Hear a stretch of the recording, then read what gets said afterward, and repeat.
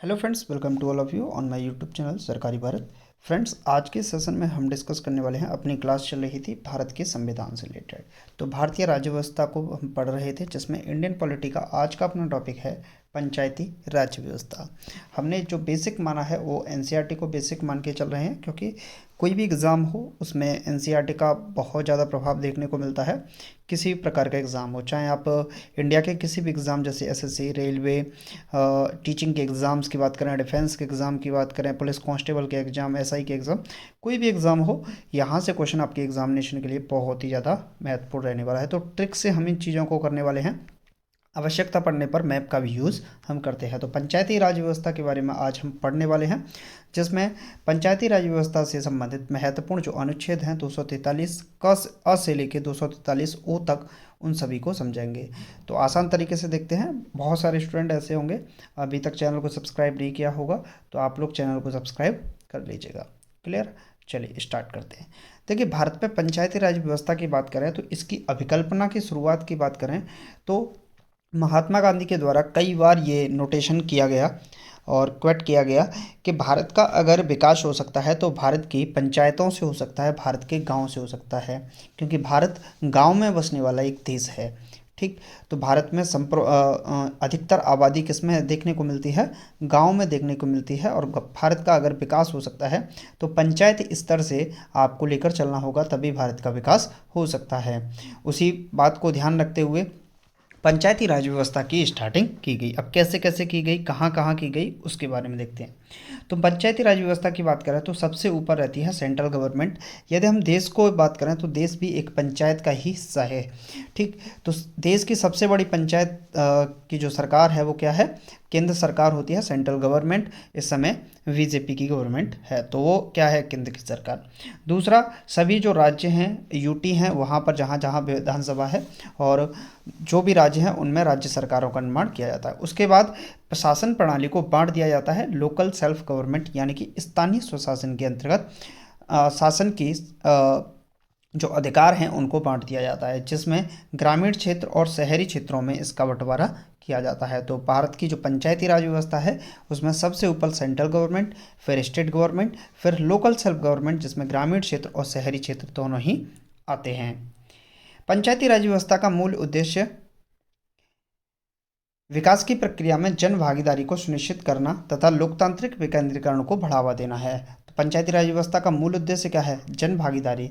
जन जन तक योजनाओं का लाभ पहुँचे, जन जन तक योजनाएं पहुँचे और प्रत्येक व्यक्ति योजनाओं का लाभ उठा सके, इस बात की सुनिश्चित करना। और लोकतांत्रिक विकेंद्रीकरण। लोकतांत्रिक विकेंद्रीकरण का मतलब होता है लोगों के द्वारा जो चुना गया शासन है उसका बंटवारा, तो उसको बढ़ावा देना भी कहीं ना कहीं है। सबसे पहले बात करें पंचायती राज व्यवस्था की स्टार्टिंग भारत में कहाँ पर देखने को मिलती है, तो 1880 से 1884 तक भारत में लॉर्ड रिपन का शासनकाल देखने को मिलता है। अंग्रेजी एक तरीके से गवर्नर जनरल थे। ठीक, तो स्थानीय स्वशासन का जनक भी किसको कहा जाता है? स्थानीय स्वशासन का जनक भी लॉर्ड रिपन को कहा जाता है। इन्होंने 1882 में जिला बोर्डों की स्थापना की थी। तो सबसे पहले भारत में स्थानीय स्वशासन का जनक किसे कहते हैं, ये प्रश्न आपसे बन सकता है। तो स्थानीय स्वशासन का जनक लॉर्ड रिपन को कहा जाता है, क्योंकि इन्होंने 1882 में क्या किया था? जिला बोर्डों की स्थापना की थी, जिससे शासन की प्रभुत्व को बांट दिया था और लोकतांत्रिक विकेंद्रीकरण को इन्होंने बढ़ावा दिया था। हालांकि लोकतांत्रिक व्यवस्था उस समय इतनी ज़्यादा अपनी चरम सीमा पर नहीं थी। दूसरी आती है महात्मा गांधी। महात्मा गांधी स्थानीय स्वशासन के घोर समर्थक थे। इन्होंने ग्राम स्वराज की बात की थी।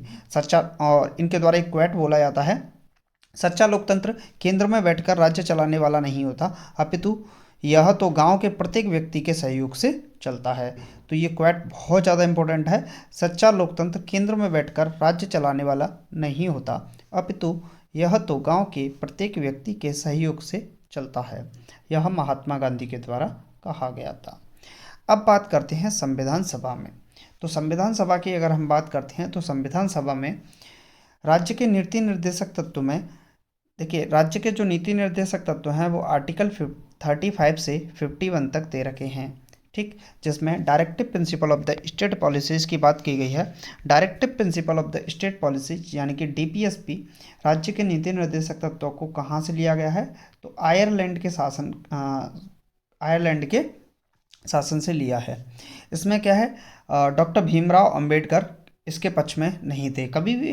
देखिए, जो डॉक्टर भीमराव अंबेडकर हैं वो कभी भी इसके पक्ष में नहीं रहे थे कि जो ग्राम पंचायतों का गठन किया जाए।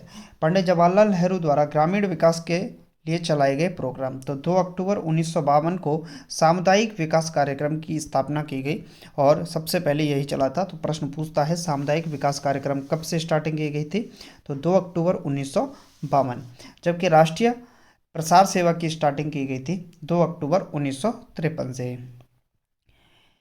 1957 में बलवंत राय मेहता समिति की एक रिपोर्ट आती है और इस रिपोर्ट में क्या कहा गया।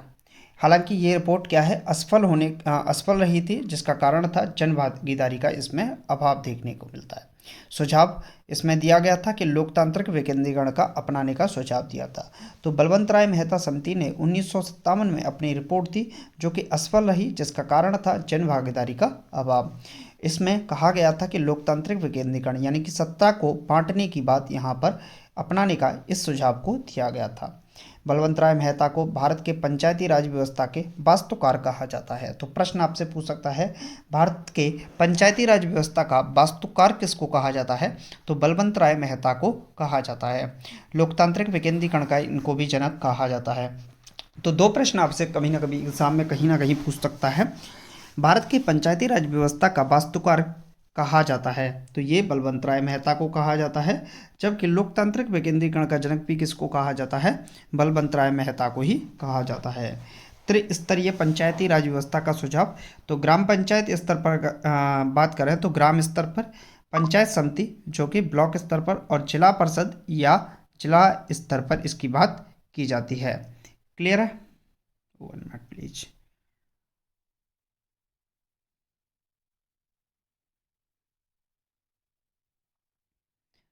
चलिए, इसके बाद करते हैं बात, भारत सरकार ने राज्यों को पंचायती राज व्यवस्था को अपनाने के लिए कहा। 2 अक्टूबर 1959 को ईस्वी को पंचायती राज व्यवस्था अपनाने वाला पहला राज्य बना राजस्थान के नागौर जिले के बगदरी गांव। देखिए, 2 अक्टूबर 1959 को राजस्थान के एक नागौर जिले के एक गांव है, छोटा सा गांव है बगदरी गांव, यहाँ से स्टार्टिंग की गई थी पंचायती राज व्यवस्था की पंडित जवाहरलाल नेहरू के द्वारा, जिसमें ग्राम पंचायत, पंचायत समिति और जिला परिषद जिला पंचायत की स्थापना की गई थी, जिसमें त्रिस्तरीय पंचायती राज व्यवस्था की शुरुआत की गई थी। 11 अक्टूबर 1959 को पंडित जवाहरलाल नेहरू ने आंध्र प्रदेश राज्य में पंचायती राज का प्रारंभ किया था। इसके बाद अगर हम बात करते हैं अशोक मेहता समिति, 1977 में 1977 में अशोक मेहता समिति की रिपोर्ट आती है, जिसमें द्विस्तरीय पंचायती राज व्यवस्था का सुझाव दिया गया था, जिसमें द्विस्तरीय पंचायती राज व्यवस्था में मंडल पंचायत यानी कि ब्लॉक स्तर पर, जिला परिषद या जिला पंचायत जिला स्तर पर बात की गई थी। ग्राम न्यायालय के गठन की इसमें बात की गई थी कि ग्राम के न्यायालय का गठन किया जाए, जबकि SC/ST को आरक्षण देने का सुझाव भी इसमें था। GB के राव समिति 1985 और LM सिंघवी समिति 1986 में भी इसकी रिपोर्ट देखने को मिलती है, जिसमें पंचायती राज व्यवस्था को संवैधानिक दर्जा देने का सुझाव, त्रिस्तरीय पंचायती राज व्यवस्था का सुझाव, ग्राम न्यायालय के गठन का सुझाव और राज्य चुनाव आयोग के गठन का सुझाव की भी इसमें बात की गई है। इसके बाद अगर हम बात करें PK थुंगन समिति 1989 में इसकी रिपोर्ट आती है। इस रिपोर्ट के अनुसार इस समिति का गठन 1989 में पंचायती राज संस्थाओं पर विचार करने के लिए किया गया तथा इस समिति ने भी पंचायतों को संवैधानिक दर्जा दिए जाने की सिफारिश की। 1989 में राजीव गांधी द्वारा 64वां संविधान संशोधन विधेयक संसद में पेश किया गया, जिसमें लोकसभा से यह विधेयक पास होता है, जबकि राज्यसभा से यह विधेयक फेल हो जाता है, यानी पास नहीं हो पाता। तो 1989 में आया था राजीव गांधी के द्वारा 64वां संवैधानिक संशोधन था, जो कि विधेयक लोकसभा से पास हुआ, जबकि राज्यसभा से पास नहीं हुआ। इसके बाद 73वां संवैधानिक संशोधन अधिनियम आता है PV नरसिम्हा राव की सरकार में। इसके बाद अगर हम बात करें 22 दिसंबर 1992 को लोकसभा में यह विधेयक पारित हो जाता है। उसके जस्ट एक दिन बाद ही 23 दिसंबर 1992 को राज्यसभा में भी यह विधेयक पारित हो जाता है। 20 अप्रैल 1993 में राष्ट्रपति ने इस पर हस्ताक्षर कर दिए और 24 अप्रैल 1993 से पूरे देश में इस पंचायती राज समिति को शुरू कर दिया गया। 24 अप्रैल को राष्ट्रीय पंचायती राज दिवस के तौर पर मनाया भी जाता है। क्लियर? तो ये बात आपको क्लियर हुई होगी। अब बात करते हैं 73वां संविधान संशोधन आखिरकार था क्या, इसमें किस किस बात की गई थी। इसके द्वारा संविधान के भाग 9 में अनुच्छेद 243 से अनुच्छेद 243 ओ का प्रावधान किया गया। संविधान में 11वीं अनुसूची जोड़ी गई और इसके तहत पंचायतों के अंतर्गत 29 विषयों की सूची व्यवस्था की गई। बहुत ज़्यादा मोस्ट इम्पोर्टेंट क्वेश्चन है और ये एग्ज़ाम के लिए इम्पोर्टेंट है। आप लोग इसको हल्के में ना लें, ये मोस्ट इम्पोर्टेंट एग्ज़ाम के लिए क्वेश्चन है भाई, ठीक। और आप लोग इसको ढीले ना पड़ें। देखिए इसमें क्या है, 11वीं अनुसूची में इसको जोड़ा गया था और इसमें 29 विषय थे। तो विषय आपसे पूछता है कितने विषय थे, 29 विषय। पंचायती राज के त्रिस्तरीय ढांचे का प्रावधान भी इसमें किया गया था। ग्राम पंचायत की राज संस्थाओं के प्रत्येक स्तर में 1/3 महिलाओं के आरक्षण की व्यवस्था की गई थी। इसका कार्यकाल 5 वर्ष निर्धारित किया गया था। पंचायत भंग होने पर 6 माह के अंदर निर्वाचन होगा। SC ST को जनसंख्या के अनुपात में आरक्षण देने का प्रावधान भी इसमें किया गया। OBC के आरक्षण को राज्य विधानमंडल पर इसमें छोड़ दिया गया। हर गांव में ग्राम सभा का गठन होगा, इसकी व्यवस्था भी इसमें की गई थी। किस तरीके से होगी वो आप देख लेते हैं। शक्तियों का बंटवारा किस तरीके से देखने को मिलता है। ग्राम सभा गांव के उन लोगों का समूह जो उस गांव के मतदाता सूची में पंजीकृत हों। ग्राम सभा में 200 या उससे अधिक जनसंख्या का होना आवश्यक है। यदि किसी गांव की जनसंख्या 200 या उससे अधिक है तो वहां पर ग्राम सभा का गठन किया जाएगा। ग्राम सभा में ग्राम पंचायत में देखें तो ये 5 इसमें पॉइंट देखने को मिलते हैं और इसमें कार्यपालिका, वार्ड के सदस्य और मुखिया प्रधान जो होगा वो कार्यपालिका होगा।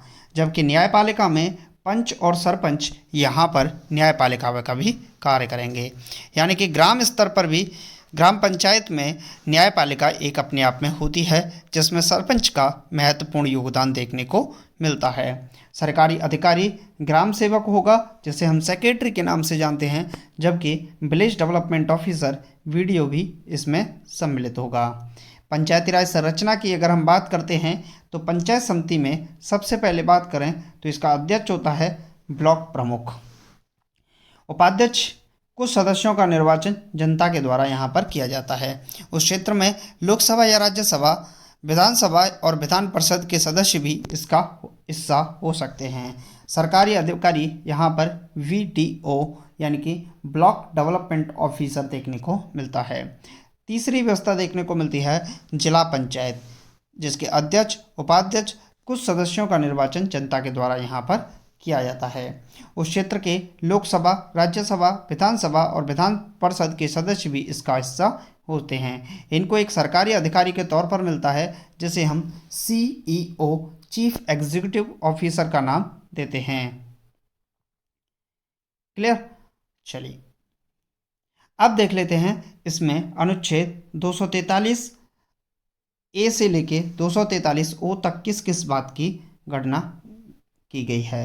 अनुच्छेद 243 में परिभाषाओं की बात की गई है। अनुच्छेद 243 ए में ग्राम सभा की बात की गई है। 243 बी में पंचायतों के गठन की बात की गई है। पंचायती संस्थाएं त्रिस्तरीय होंगी, पर जिन राज्यों की जनसंख्या 20 लाख से कम है वहाँ द्विस्तरीय हो सकती है। अनुच्छेद 243 सी पंचायतों की संरचना। अनुच्छेद 243 टी स्थानों का आरक्षण। SC और ST का आरक्षण जनसंख्या के अनुपात में। महिलाओं को कम से कम 1/3। OBC का आरक्षण राज्य विधानमंडल के निर्णय पर। अनुच्छेद 243 ई में इसके कार्यकाल की बात की गई है, जिसमें 5 वर्ष के कार्यकाल की बात की गई है। अनुच्छेद 243 F सदस्यों की योग्यता के बारे में बात करता है, जिसमें पंचायत का सदस्य बनने के लिए न्यूनतम 21 वर्ष की उम्र सीमा होनी चाहिए। इसके बाद अनुच्छेद 243 जी पंचायतों की शक्तियों, अधिकार एवं उत्तरदायित्वों की बात की गई है। अनुच्छेद 243 H पंचायती संस्थाओं को कर लगाने का अधिकार की बात है। अनुच्छेद 243 I राज्य वित्त आयोग का गठन और राज्यपाल के द्वारा किया जाएगा। अनुच्छेद 243 जे पंचायतों के लेखाओं की सब परीक्षा होगी। अनुच्छेद 243 के पंचायतों के लिए निर्वाचन आयोग का गठन किया जाएगा, जो इसके तहत राज्य निर्वाचन आयोग के तहत पंचायतों के लिए चुनाव की व्यवस्था की जाएगी। अनुच्छेद 243 एल संघ राज्य क्षेत्रों को लागू होना।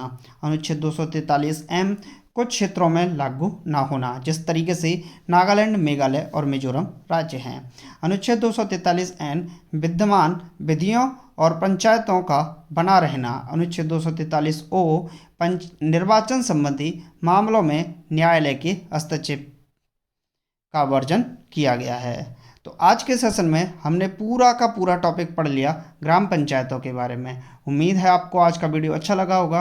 अभी तक चैनल को सब्सक्राइब नहीं किया है तो चैनल को सब्सक्राइब कर लीजिएगा और वीडियो को शेयर कर दीजिएगा। बाकी आप लोगों के ऊपर डिपेंड करता है। और हाँ, नोट्स बनाइएगा, इतने ज़्यादा बेहतर तरीके से नोट्स बनाइएगा ताकि आप उनको 2-3 बार पढ़ें तो आपको सब कुछ याद हो जाए। बाकी मिलते हैं नेक्स्ट वीडियो में। Thank you for watching this video.